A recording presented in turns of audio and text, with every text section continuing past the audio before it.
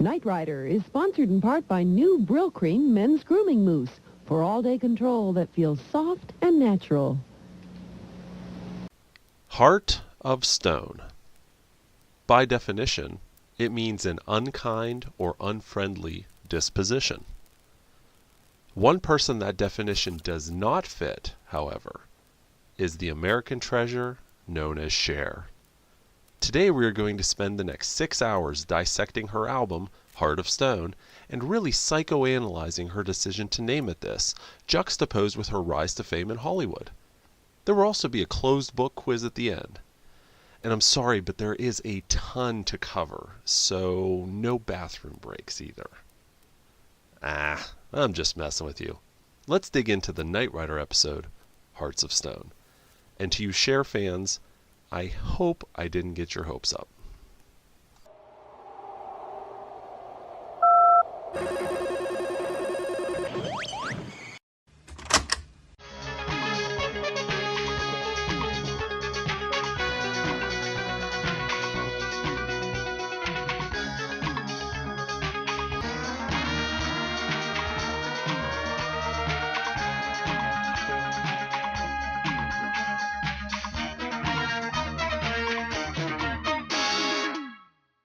Before we dig into this episode, let's take a look at another vintage Knight Rider commercial. You couldn't be there when little Michael Knight took his driving test for the 6th time.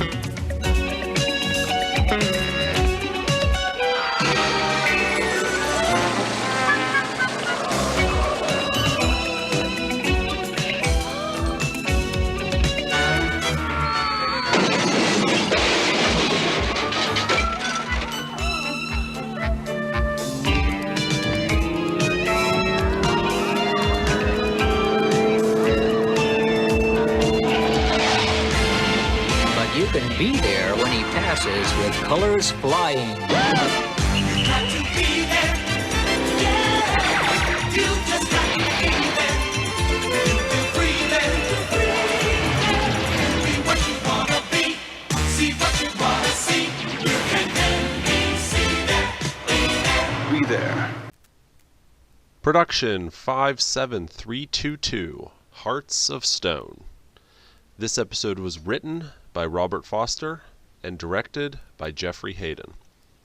The episode aired originally on NBC January 14th, 1983, Friday night at 9 p.m. It was filmed December 13th through the 21st of 1982. This was the 13th episode to be produced and the 13th episode to air.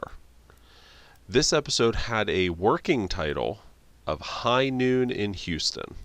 So at some point they changed it to Hearts of Stone, which I think was a good move. Now, Hearts of Stone is you'll notice there's a lot of changes to the show in Hearts of Stone.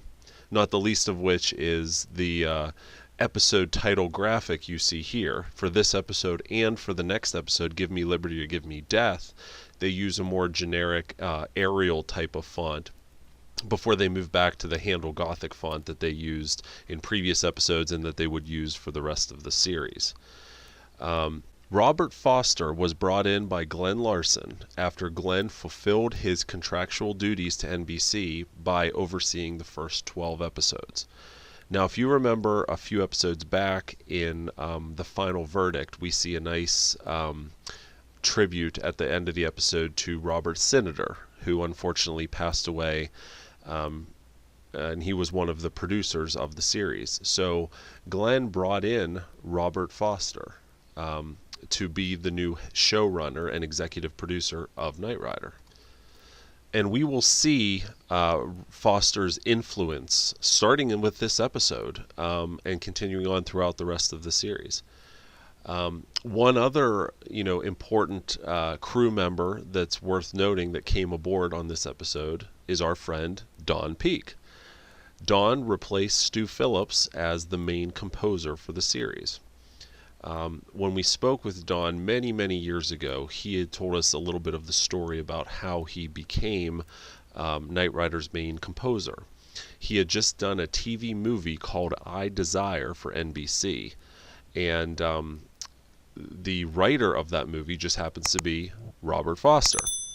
So Robert called Don and said, hey, I really like the score that you wrote for I Desire. And he asked Don if he'd be interested in writing music for a show about a car. So Don, who is an avid car lover, absolutely accepted, and we begin to see his musical influence on the series, starting with this episode and really carrying on through the end of the series. So let's dig in. So we're going to actually back up to the teaser of this episode.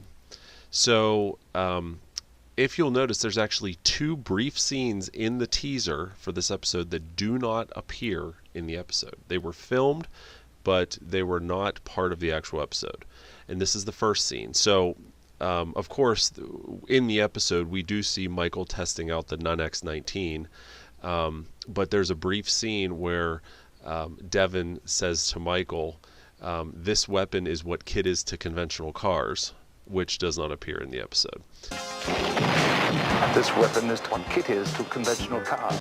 And then towards the end of the teaser, there's this other scene which takes place in the climax of the episode where Michael tells KITT, hang on to your fenders, pal, this could be tough. And that scene doesn't appear in the episode either. Hang on to your fenders, pal. This could be tough. So there you go. So we begin to see, even in this very first scene of the episode where Michael comes in, we see that he's wearing a different jacket. And it's a subtle difference, but I think it was an intentional one. And we see Michael not wearing his famous leather jacket, but he's got this different one on. And I think they were just trying maybe some different styles on him just to kind of see what would work.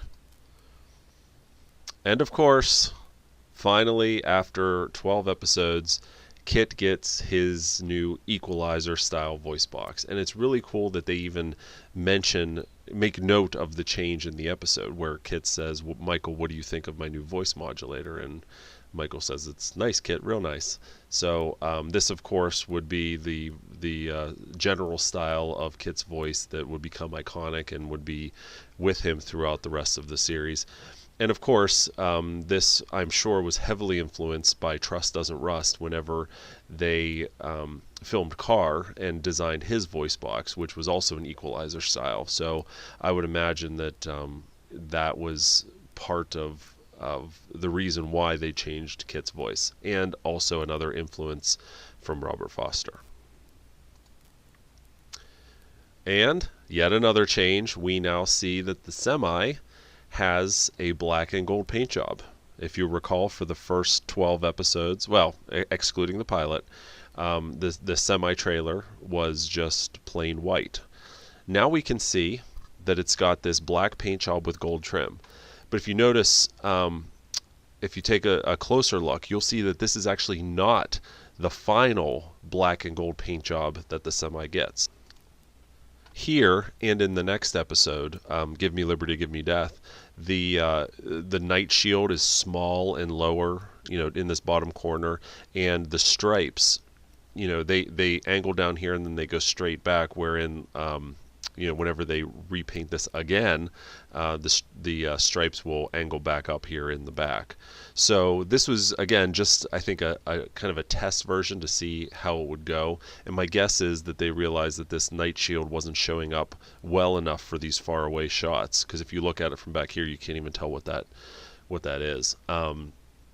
We talked to Robert Foster back in 2001, I believe, or 2002. He unfortunately is no longer with us, but he mentioned that one of the first changes that he wanted to make to the show was the Semi. He said, if you recall, it used to pull over on the side of the road and KITT would just come up on the ramp. And Robert thought it would be a great idea to paint it black to match KITT, and then give them the ability to do that on the move, so the Semi doesn't have to pull over. And adding to that, when we talked to another one of the Knight Rider producers, Gerald Sanford, many years ago, he also commented that when Robert Foster took over, he told everyone, change everything to black. make the truck black, put David in black to match the car. So he must have just thought that all worked together, and we kind of agree for sure. Interestingly, the script for this episode makes no mention, going back to KITT's voice box, it doesn't make a mention of KITT's voice box change or the semi's new paint job, but it does, however, describe KITT pulling into the semi while it's moving. And specifically it says, the semi's hydraulic loading ramp descends and the Trans Am drives up and in. The semi continues down the highway. It should also be noted that the GMC General that's pulling this trailer is actually the same paint job it had even in the pilot, the black with the gold trim. So it was just the trailer that they were working on and redesigning. And here's your white wire alert, or lack of white wire alert. So we still got the tape on there for this episode. And I don't know if you've ever really taken the time to look at the semi's ramp, but it was, not only was it designed incredibly well, it was actually functional. Obviously the car could really pull up there. So, it was more than just the door coming down. If you look closely, there's actually these extension ramps that come out of the end of the trailer door that fold down to provide the angle needed for KITT to be able to drive up without scraping the bottom. And we can see we've even got some wheels down here to help stabilize it. It's very cool design.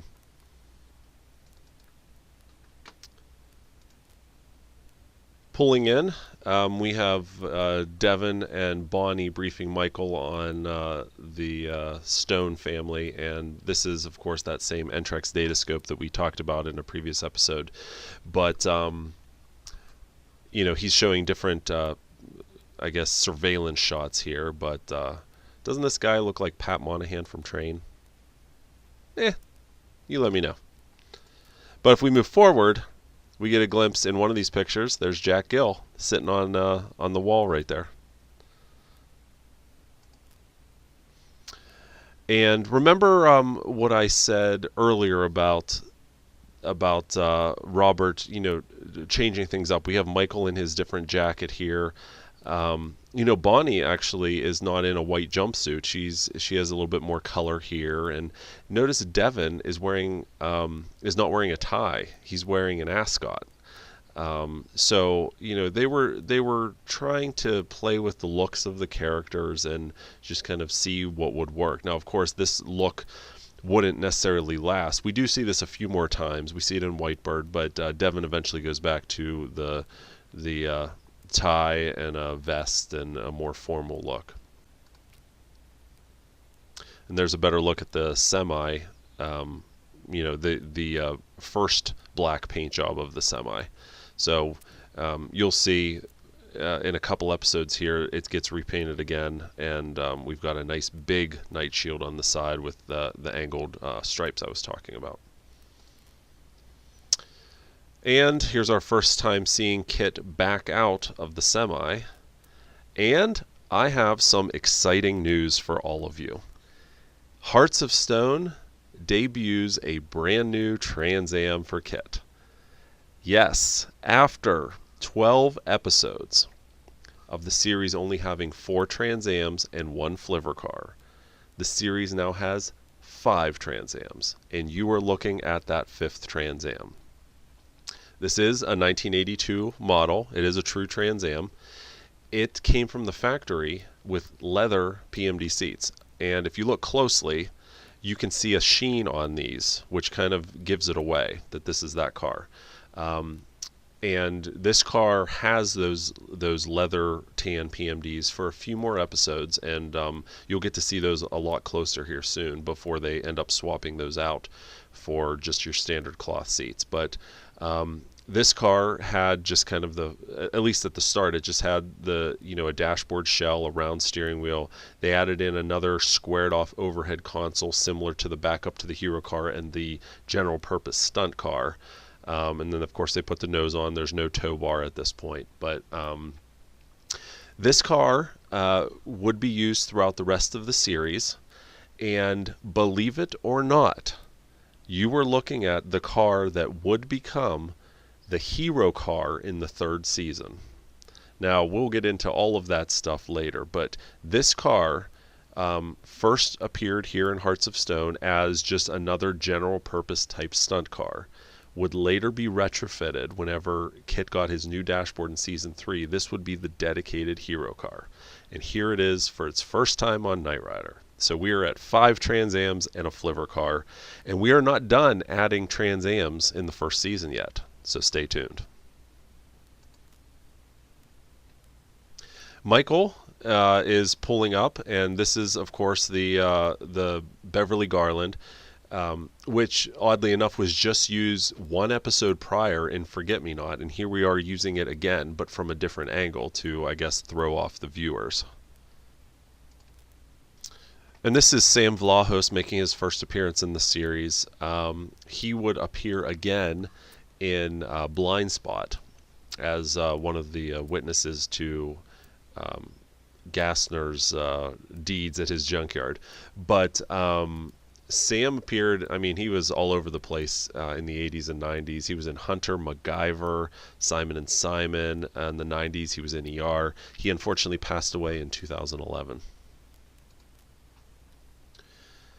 Here we have the stunt car being blind driven, and if you look closely, you can see we're still using the seat suit. We haven't upgraded to an actual blind drive seat yet, but we've got the seat suit here, and you can tell it's kind of squared off. And what I love about this is how you can see all the squibs on here, because this is just seconds before this whole side of KITT lights up with sparks.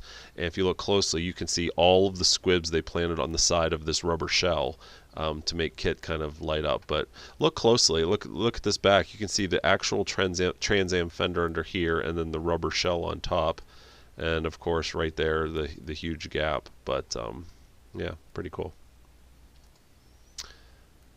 And I always thought this was interesting. This is Michael when he's first walking in to meet the Stones and try and negotiate the deal. But the scene for a few seconds is completely out of focus.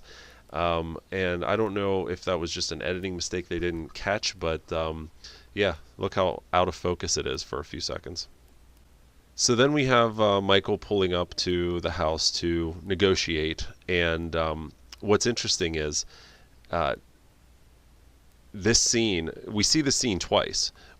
So Michael is pulling up, here's KITT right here, there's KITT pulling up, and then he goes inside, there's a party, and that's when this scene happens.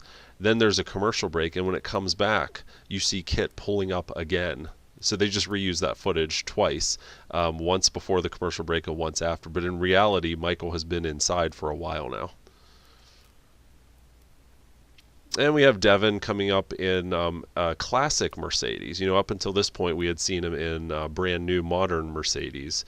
But here he is in a classic one. And I always thought this was interesting. He pulls right up beside KITT, gets out with the briefcase, walks over. And if you were the head of a foundation and had a talking car at your disposal, and you were out stopping somewhere, and you pull up beside KITT and you get out, and even KITT's windows are down, don't you think you turn and say hello to KITT?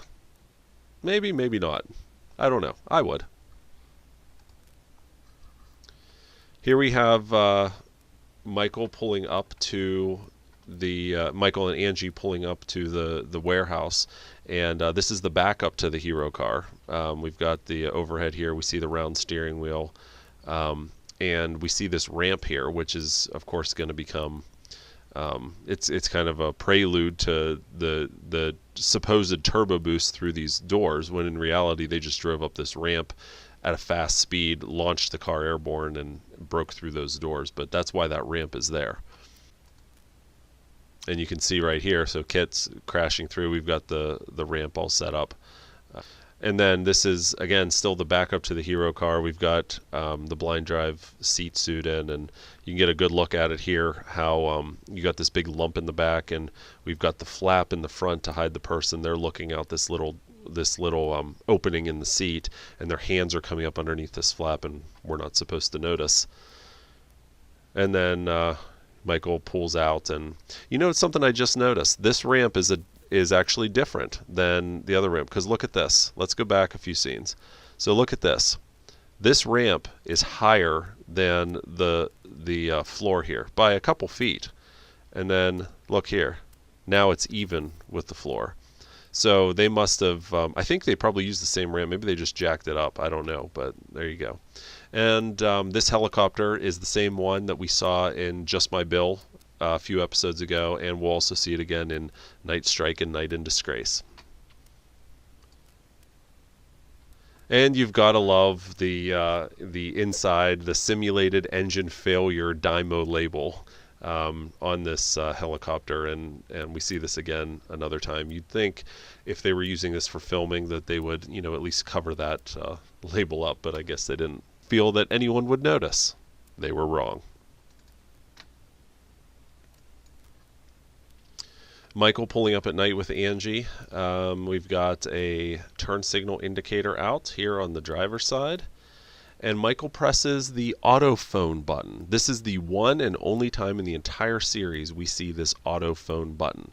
Normally, Michael just gives commands to KITT to call Devon. But in this case, he presses that button and Devon is instantly on the phone because he's apparently just sitting there waiting for Michael to call.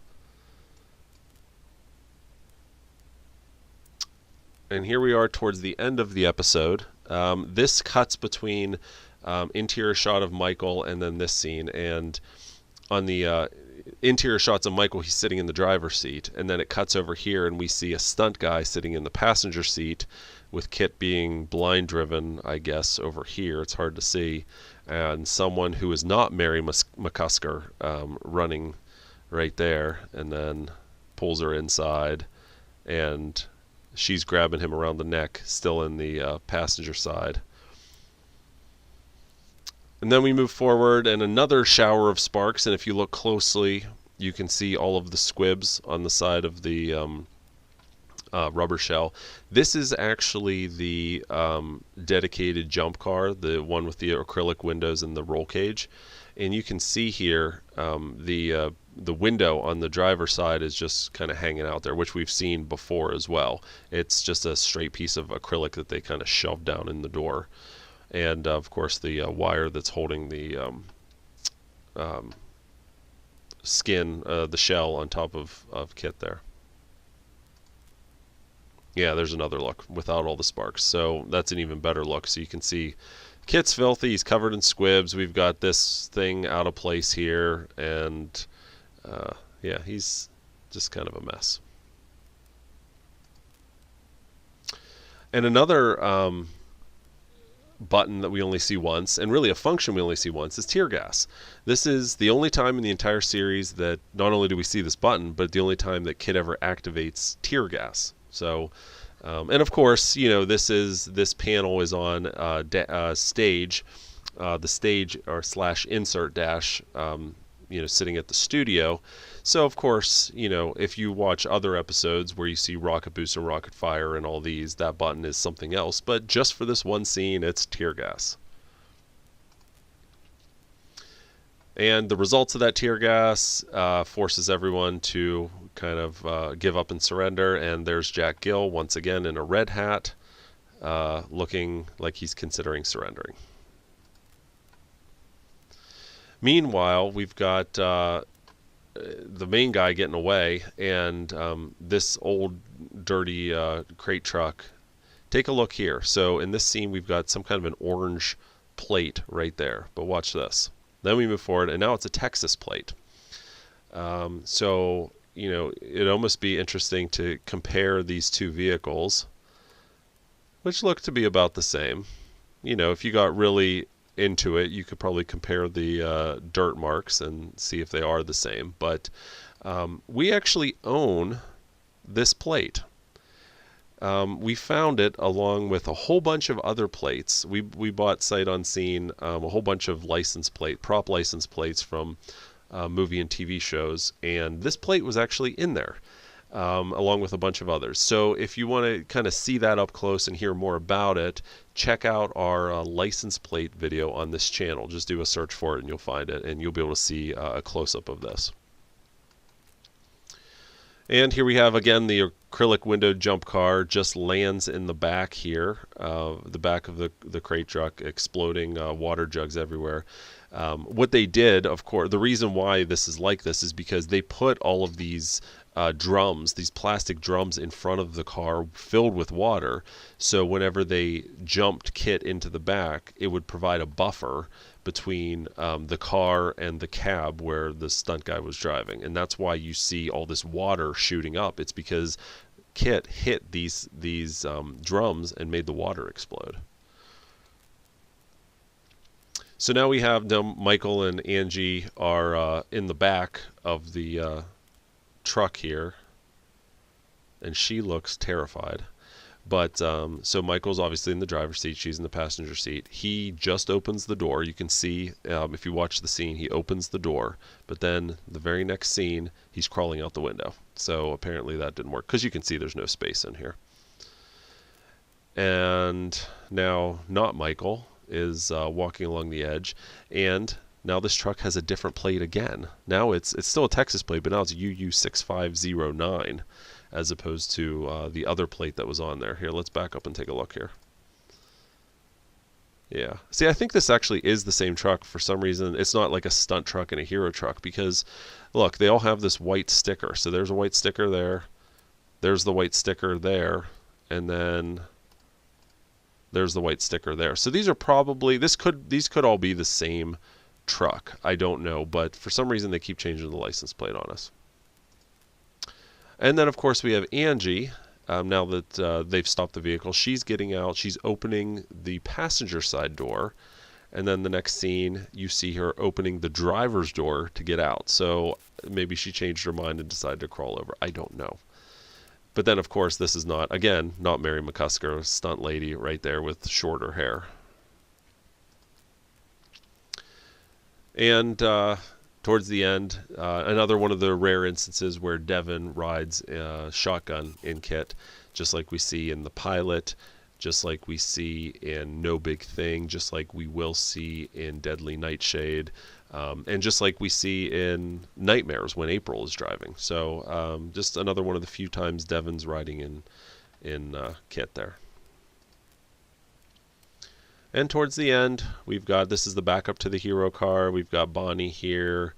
You get a real good look at the inside of the semi. So, you know, and I mentioned this in a previous episode, how you could see that they only lined the end of the semi with the panels to match the actual stage, the semi interior stage set. They only did this a few of them, but they also added in this this roof panel here, just like we see in the interior set. But part of the reason for that is you can see all of the mechanism here. So you see the wires here, and they're hooked to winches and motors up here, and that's how the door went up and down. And then Michael defending his honor and chasing after this guy, and KITT apparently was so in a hurry to get out of there that he forgot his license plate. So I guess that's not a big deal.